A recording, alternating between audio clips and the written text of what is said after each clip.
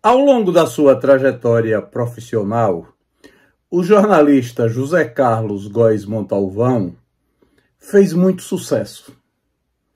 Iniciou a sua carreira trabalhando no jornal À Tarde, o principal periódico matutino do estado da Bahia. Jornal de muito sucesso, jornal impresso que circulava no estado da Bahia, nos outros estados do Nordeste e nas diferentes capitais brasileiras.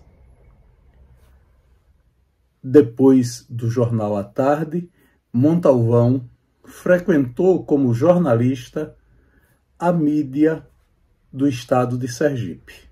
Atuou no Diário de Aracaju, que era o jornal dos diários associados em Sergipe, atuou na Gazeta de Sergipe, atuou na Tribuna de Aracaju. Montalvão galgou um dos postos mais cobiçados da atividade jornalística na segunda metade do século XX. Foi em Sergipe correspondente do Jornal do Brasil, prestigiadíssimo, publicado no Rio de Janeiro. Foi correspondente da revista Visão, grande semanário brasileiro de economia.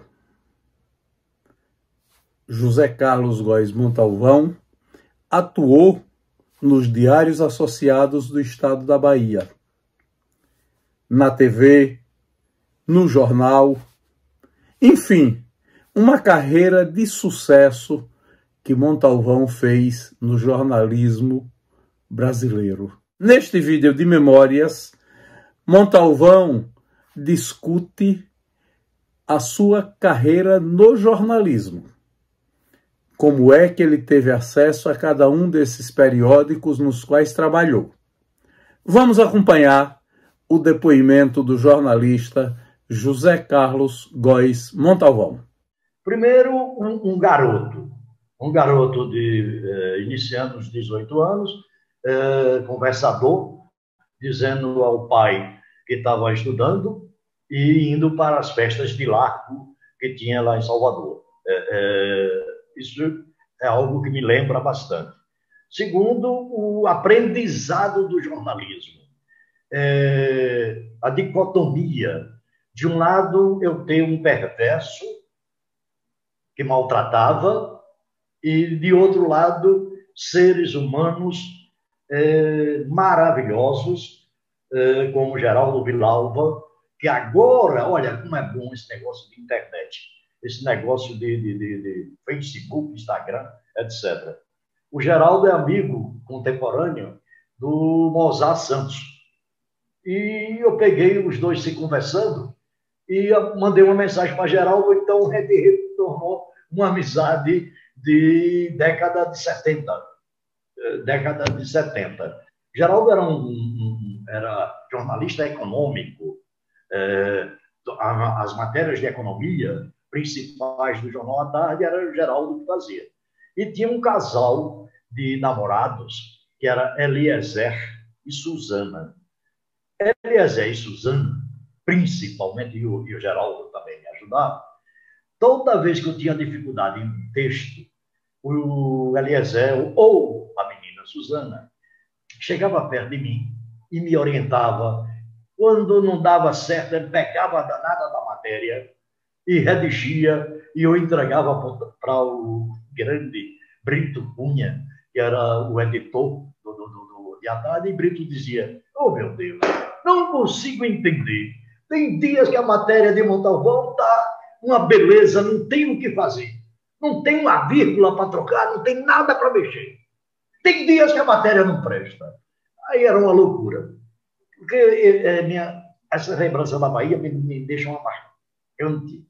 Tinha um danado de um Walter Pires que ficava: o ladrão da lua, o Sergipano, está atrasando o jornal não acaba porque o Sergipe não faz, atrasadinho, né, mais devagarzinho que os outros. E aí é que eu tinha o suporte de um Geraldo Villalba, de um Eliezer, de uma Suzana, para nos ajudar. E aí eu fui aprendendo penso que aprendi, e quando achava que já estava bom, voltava aqui para o Sergipe, me lembro do nascimento do Tribuna de Aracaju, com Heráclito comprando a Tribuna de Aracaju, funcionando ali na Avenida Coelho Campos, com Paulo Valverde, com aquela fidalguia, o Lorde Valverde, sendo diretor de redação. Ele era um jornalista sergipano que tinha passagens pelo Rio de Janeiro, laranjeirense, igual ao nosso querido Heráclito Guimarães Hollenberg, e também Teotônio Neto tinha incursões por lá. Então, foi quando nasceu um dos mais expoentes jornalistas de Sergipe, que é o Valdomiro Júnior. O Valdomiro Júnior nasceu conosco lá na Tribuna de Aracaju. São essas lembranças que eu tenho, a lembrança da senhora gentil e maravilhosa mãe do Valdomiro, chegando lá na redação e nos solicitando uma oportunidade de trabalho para o jovem Valdomiro. E o jovem Valdomiro pegou o norte, pegou a bússola e se transformou no grande e maravilhoso ser humano chamado Valdomiro Júnior, a qual nós, jornalistas, temos que dar nossos tributos ao velho, né, Valdomiro? Aniversariou dias atrás, o danadinho, o pretinho gostoso e maravilhoso do Valdomiro. Então, eu me sinto bem, Jorge, dessa minha loucura, porque passavam pela mão da gente alguns valores que cresceram muito na imprensa sergipana.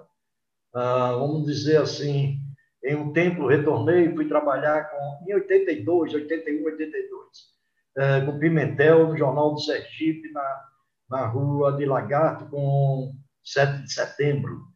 Aí, Brainer estava acabando de chegar e era o editor, e Brainer teve um olhar maravilhoso de dar oportunidade a jovens jornalistas. Quem seriam esses jovens jornalistas? Que é bom ficar na lembrança para o amanhã. Merval, que hoje se tornou professor da UNIT, César Gama, e, meu Deus, eu amo o danadinho, que é editor do Jornal do Dia, que foi secretário de comunicação da prefeitura. Pois bem, esses três jovens nasceram comigo e com o Brainer no Jornal de Sergipe. Hoje, somente Merval não trabalha no jornalismo, e até mesmo o danado do César, ele está mais na área da psiquiatria, psicologia, outros ramos, até de pesquisas, parece-me, mas foi um sucesso o tempo de Jorge, ou de César Gama, principalmente quando ele editou o Jornal Sinforme. Foi um momento que ele teve um pique bastante forte, não é? Então, essas coisas, essas reminiscências são interessantes, porque grandes valores, como Adilberto, como Gilvan, César, Valdomiro, foram pessoas que a gente teve com o tempo a oportunidade de conviver. É difícil de dizer, porque se era algo que não tinha, praticamente era cultura lá em Camaquã, né? Nem sequer cinema tinha. Então, calcule que resposta eu poderia encontrar para te dar. Nada. Eu era o polo das coisas através do meu jornal. Não tinha uma emissora de rádio, chegava o jornal à tarde, um dia depois, porque Camaquã é muito longe, né? Então o jornal à tarde chegava lá um dia depois. É uma loucura. Foi uma experiência muito rápida, Camaquã. Eu peguei o boom financeiro, econômico de Camaquã. Eu peguei o boom e peguei a queda da economia de Camaquã com uma vassoura de bruxa que atacou a cacauicultura e dizimou praticamente o cacau. A CEPLAC, que funcionava, e ainda funciona, aliás, em Itabuna, da estrada Itabuna e Ilhéus. Então, eu vivi em Camaquã disso, da fase áurea econômica, mas gostoso, Jorge, você está provocando, vou dar uma lembrança de algo. Quando eu estava em Camaquã, como eu disse antes, Camaquã, outrora, foi povoado do município de Canavieiras.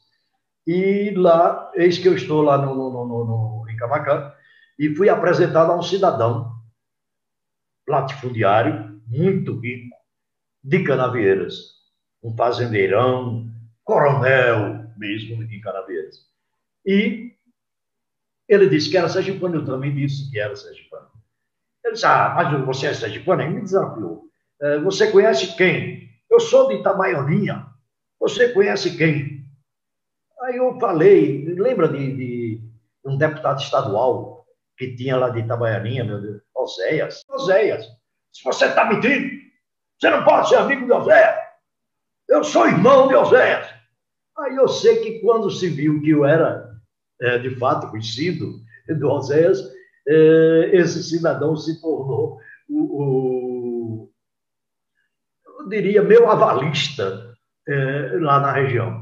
Ele avalizava para mim. Não é avalizar me dando dinheiro, não é avalizar assinando promissória, mas avalizava o meu norte, a minha família, o meu ser. Porque ele dizia, se é sergipano, presta.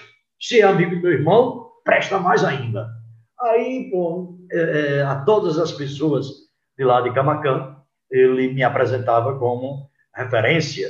Então, eu tenho essa lembrança desse... Não me esqueço até o nome dele, mas tudo bem. Mas era irmão do Oséias e foi um grande latifundiário, um grande cacauicultor, prefiro esse nome, cacauicultor, na região de Canavieiras. Canavieiras é uma cidade linda, Jorge. Linda essa cidade de Canavieiras. Uma bela cultura, uma bela história, vale a pena conhecer Canavieiras. Quase ninguém vai, mas é muito interessante, que a Bahia soube se vender turisticamente e não venderam ainda a região de Canavieiras.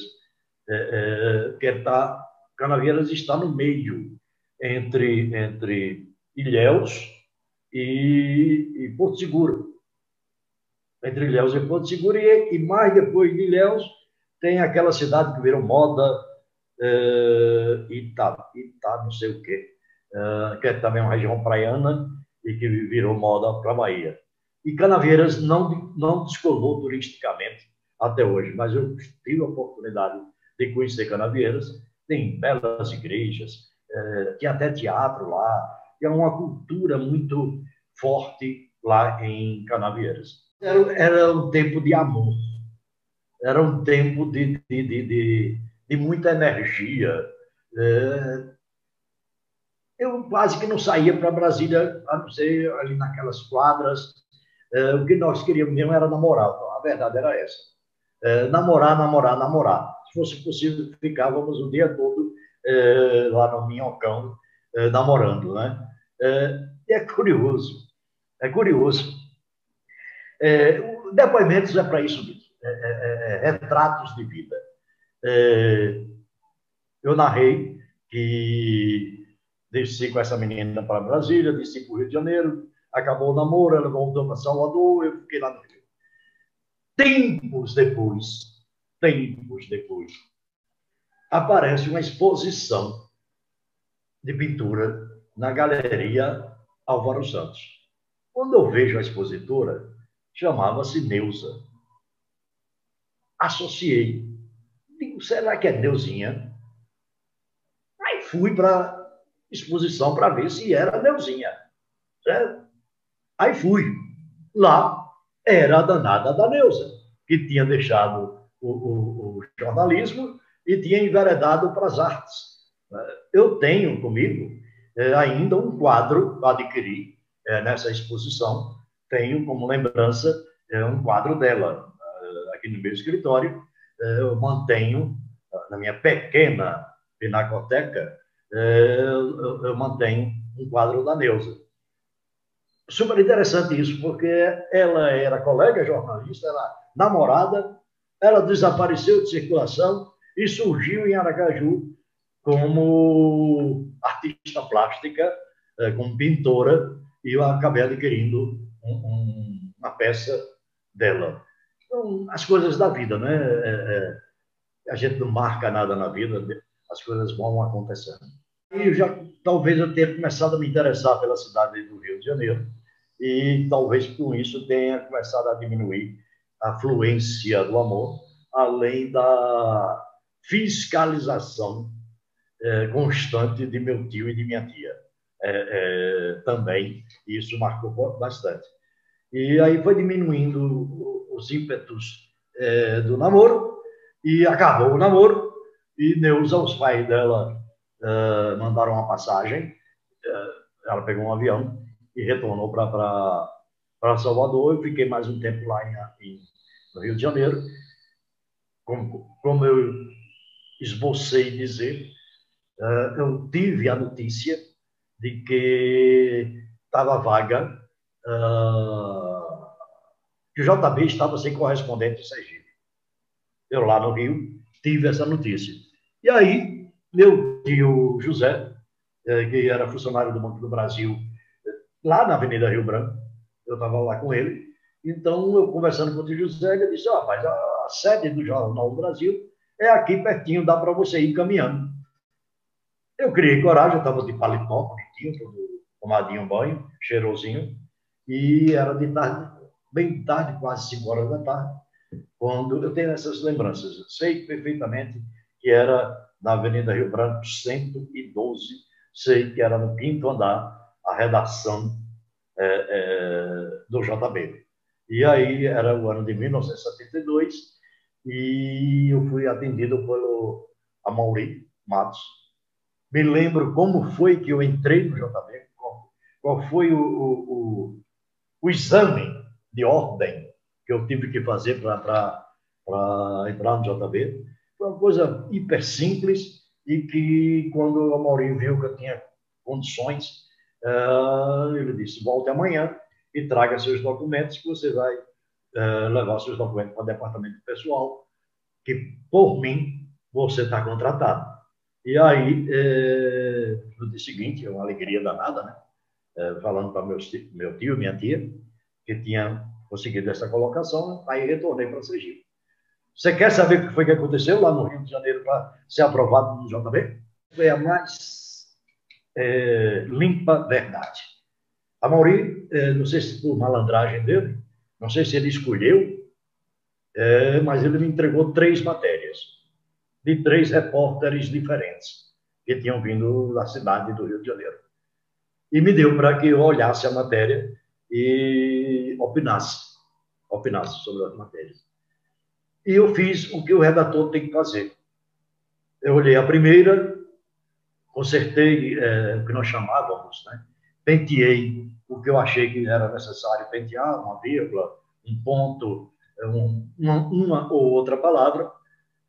Uma outra estava boa a matéria, tranquila, para ir para a rua. E uma terceira matéria que padecia de um copydesk. E aí eu peguei a máquina lá e redigi a matéria, reescrevi a matéria, copydeskei a matéria, que era a nossa linguagem antiga, copydesk. Aí, quando o Amorim viu, ele, acho que foi malandragem dele, porque ele identificou logo. Ele disse: essa matéria não foi do repórter, essa matéria foi sua, né? Você refez. Digo: sim, foi eu refiz. Então, por isso que eu digo que ele era malandro, astuto, né? Malandro, astuto, inteligente. E aí ele entendeu que eu tinha capacidade para entrar no JB, e me autorizou no dia seguinte levar meus documentos. Levei os documentos e fiquei no Jornal do Brasil durante 7 anos. De 1972 a 79, eu fui correspondente de JB aqui em Aracaju. Jornalismo foi a minha primeira fonte de renda. jovem, 18 anos, iniciando meus 18 anos, sou de outubro, no Jornal à Tarde. E lá, trabalhar, não tinha nem carteira assinada, nem carteira assinada eu tive. Nos meus registros de trabalho não consta carteira assinada no Jornal à Tarde. Eram meus primeiros passos, eu achava que aprendia, já sabia, voltava aqui em Aracaju e tomava conta de um jornal daqui. Eu trabalhei na Gazeta, trabalhei no Diário de Aracaju, trabalhei na Tribuna de Aracaju e muitos anos depois no Jornal da Cidade, muitos anos depois. Estou falando de início em 79, era essa minha ida e vinda para Salvador. Quando eu entendia que já estava bom, eu voltava para Aracaju e sempre me davam uma oportunidade, sempre me convidavam, tanto no Diário de Aracaju, como na Gazeta, como posteriormente na Tribuna de Aracaju. Foi uma experiência marcante. A Tribuna de Aracaju era curiosa. O Heráclito, com o carinho que todos nós tributamos a ele, era um perfeccionista.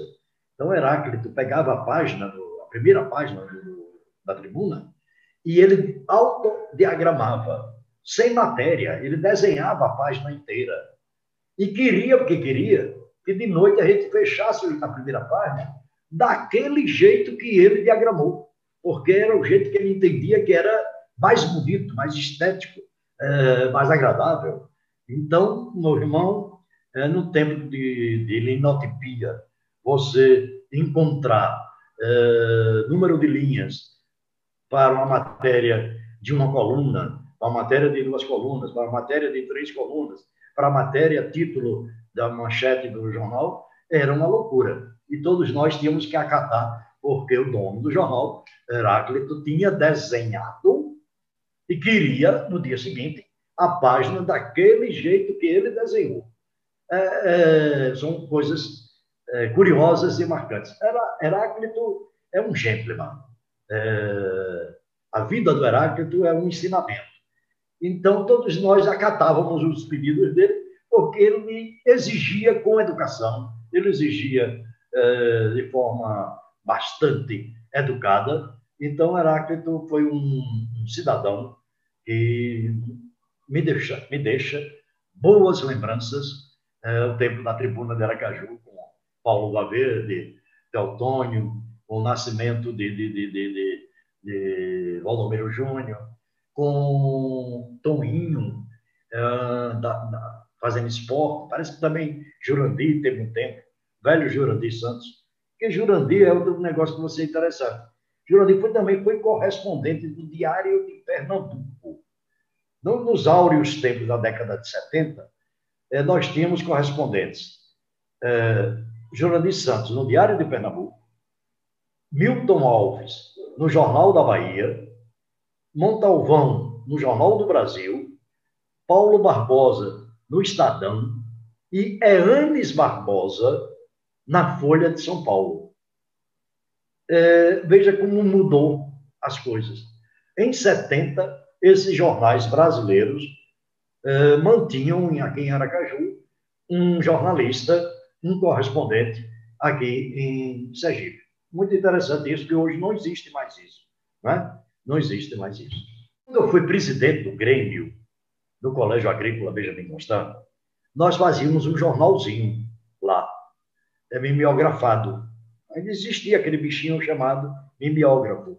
Então, eu me sentia com o dom da escrita. Já menino, 16, 17 anos. Então, eu tive coragem, Jorge. Fui cara de pau, muita cara de pau. E, por sorte, encontrei Junô Silveira, que era sergipano e que me deu a guarida. Perguntei onde era a redação era no 3º andar.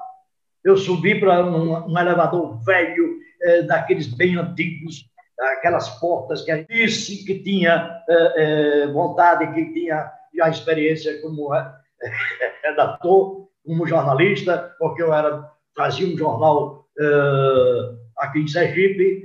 Aí o nosso nobre Junô Silveira era logo em seguida ele teve conhecimento que tinha um sergipano lá e ele se dirigiu a mim.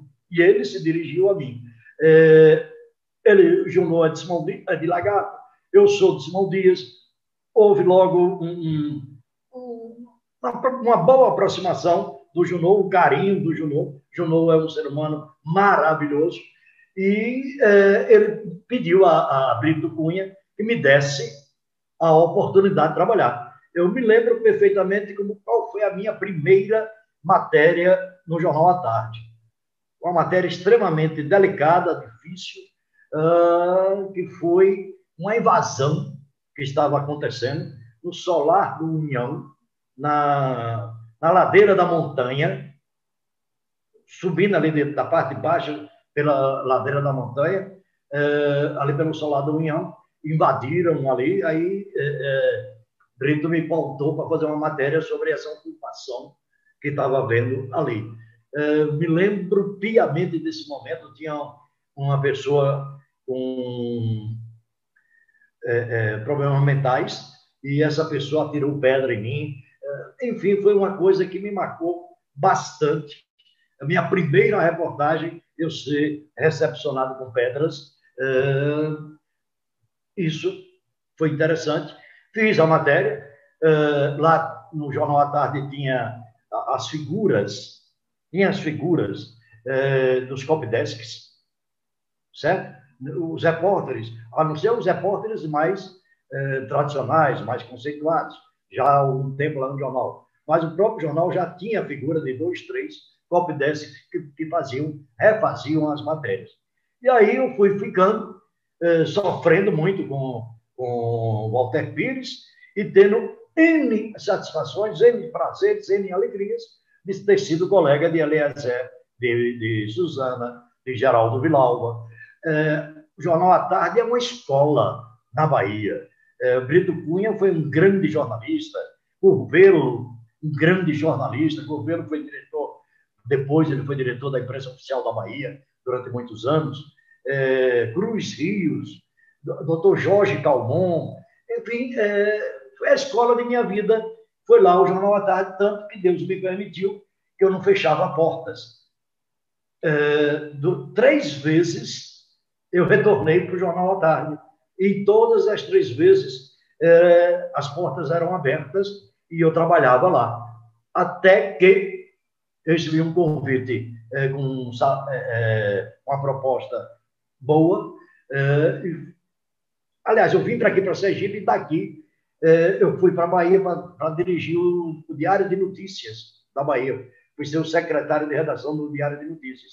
Era Davi Hall, não sei se você se lembra dessa figura, era o superintendente na Bahia, Sergipe, dos diários associados. E é um capítulo à parte, a importância que teve os diários associados para a comunicação brasileira. A comunicação brasileira, o grupo do Assis Chateaubriand. Então, foi essa a minha vida, foi coragem. A mesma coragem que eu tive de chegar no Rio de Janeiro, no Jornal do Brasil, também sem conhecer ninguém. Não sabia qual era o andar da redação, não sabia quem era o editor, e Deus me abriu o horizonte de eu ir e subir. E quem é a Mauri? Quem é o editor? Chama-se Mauri Matos. Quando eu cheguei lá, já fui dizendo, quero falar com a Mauri Matos. Aí eu já tinha alguma vida. Eu entrei no jornalismo em 69, 70, 71, 72, eu já tinha um calejar da coisa. Então, entrei no JB e fiquei 7 anos no JB, conforme registrei há poucos instantes. Certo? Então, eu tenho essa ousadia, graças a Deus. Aliás, eu teve 3 incursões de imprensa curiosas. Jornal à Tarde, Jornal do Brasil e a revista Visão. Quando eu fui demitido no único emprego de minha vida, que eu recebi demissão, foi o JB, no ano de 1979. fruto de uma matéria de cunho político e daquele período revolucionário da ditadura militar que era premente no Brasil. Eu registrei uma determinada notícia e dessa notícia gerou a minha demissão do Jornal do Brasil. Eu sempre fui ousado, Deus me permitiu sempre ser ousado. Meu chefe na época já era Juarez Bahia, ele me telefonou, mandando a passagem para que eu fosse ao Rio de Janeiro, para ir para o departamento pessoal e assinar o distrato, o nosso contrato, etc. Obviamente, com a organização do Jornal do Brasil, me pagou tudo que eu tinha de direito, e eu não ia voltar para Aracaju de mãos abanando. Peguei um avião, sabia da existência do grupo empresarial Visão, peguei um avião, fui em São Paulo, também entrei na revista Visão e disse que queria, que me colocava à disposição para ser o correspondente da Visão, do grupo Visão, em Sergipe, porque eu também já tinha analisado e já tinha sabido que não tinha correspondente em Sergipe. Aí saí de São Paulo como correspondente da revista Visão. Quando eu retornei a Sergipe para apagar o ato de eu ter deixado o JB, que era uma escola, que é a vida de qualquer brasileiro, jornalista, iria trabalhar no JB. Eu trabalhei 7 anos e saí fruto de perseguição política. Acabei sendo afastado do Jornal do Brasil, mas mantendo, obviamente, carinho e amizade com todo mundo. Aí fui para São Paulo, peguei um avião, fui em São Paulo e retornei para Aracaju, já credenciado a ser correspondente da revista Visão em Sergipe. Tanto que, posteriormente, acabei sendo deslocado para Salvador pela revista Visão para tomar conta da Bahia, que eles queriam criar uma sucursal na Bahia e não tinha ainda estrutura em Salvador. Me pediram que eu fosse para Salvador, que eu já tinha morado lá na Bahia, para ser o correspondente de lá da Visão, até que fosse criada a estrutura de sucursal. Foi quando eu fui fazer a tal da matéria em Camaquã, para onde vai o dinheiro do cacau, e houve o convite para me tornar dono de um jornal local. Eu fiz um jornal quinzenal na região de Camaquã e deixei a responsabilidade do trabalho direto com a revista Visão. Nesse meio tempo, Jorge, tem um outro momento meu do jornalismo que muito me envaidece. Eu não me lembro, e o amigo pode me corrigir, se outro jornalista sergipano chegou a ser credenciado a trabalhar para uma agência de notícias internacional. Eu fui, durante um bom tempo, correspondente freelance da Associated Press, a AP, aqui no estado de Sergipe. Matérias minhas eram distribuídas para o mundo através da AP, da Agência de Notícias Associated Press. Então, eu tenho alegria, tenho certeza de que fiz jornalismo na essência do jornalismo. Não era o jornalismo de assessoria, o jornalismo de assessoramento. Eu fiz jornalismo, notícia. Em 77, né? 77. Foi em 77 que teve a Operação Cajueiro? 76, né? Os registros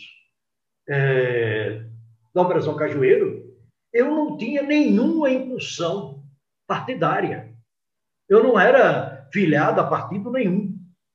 Mas eu registrava tudo. Exatamente tudo. Todas aquelas prisões políticas que aconteceram naquele período, eu registrava. A chamada Operação Cajueiro. Em verdade, eram 3 jornalistas que atuou com muita frequência nesse período, que era eu, Paulo Barbosa e Milton Alves. Os jornais de Aracaju não publicavam nada. Quem publicava era a imprensa de fora. E, obviamente, não se pode negar o peso que era o Jornal do Brasil e que era o Estado de São Paulo. Uma notícia publicada no JB ou no Estadão tinha repercussão nacional, e fruto das notícias que nós publicávamos. O Zé Carlos Teixeira, que você fez um belíssimo trabalho sobre ele, discursava no plenário, ele era deputado federal, e fazia um registro captado das notícias do JB e do Estadão. A partir desses registros que eram feitos lá na Câmara dos Deputados,